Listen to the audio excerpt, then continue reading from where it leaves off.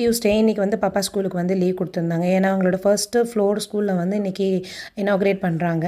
So அதனால் அவளுக்கு கொஞ்சம் ப்ரோக்ராம்லாம் இருக்கிறதுனால அவளை வந்து கவிதை, திருக்குறள் 2மே ப்ரிப்பேர் பண்ணிட்டு வர சொல்லியிருந்தாங்க.